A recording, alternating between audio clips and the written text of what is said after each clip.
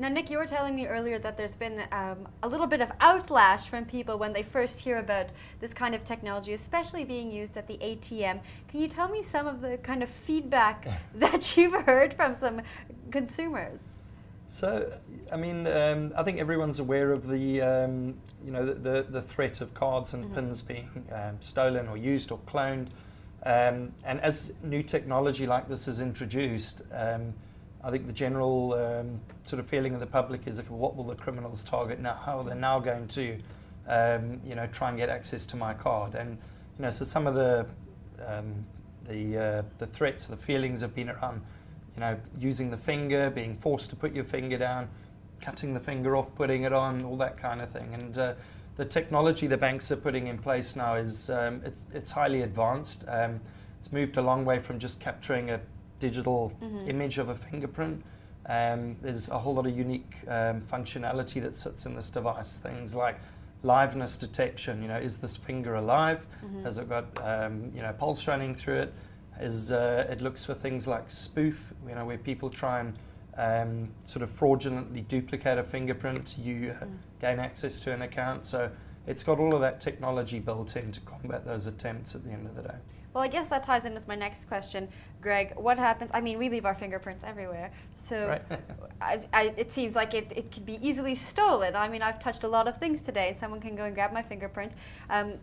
How does the machine, or how does the technology work to protect against someone just grabbing my fingerprint and trying to access?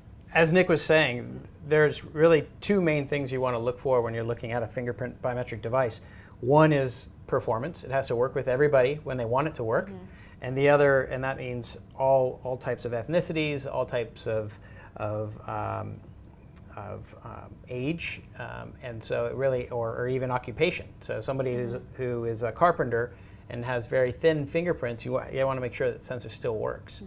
The other thing is making sure that it doesn't allow people that are trying to fool the system. So making sure that fraudulent attempts don't get into the sensor. So we've built a software spoof technology that detects whether it is truly oxygenated blood in the finger that is presented on the sensor at the time of the verification. So you can't put some type of other fabric, a latex or wood glue or different types of things to fool the system. We can detect that it's actually not reflecting light like human tissue reflects light, and therefore don't allow that in as a valid authentication. Now, is this something that can stand alone, or should it be used as kind of like a second verification? In any type of authentication process, two-factor authentication is going to be better than one-factor authentication. What we have found is that where we've deployed this in banks in Brazil, that they started off with two-factor authentication, card and fingerprint, and they said, well, security is one reason why we want this, but convenience is the other side. And so we want to allow the customer to choose if they just want to enter a PIN, enter their bank code in with the keypad and present a fingerprint without a card. Let's say you forgot your card at home for that day. Let's allow that as another way to get in the system. And let's just see how the consumer actually uses the system.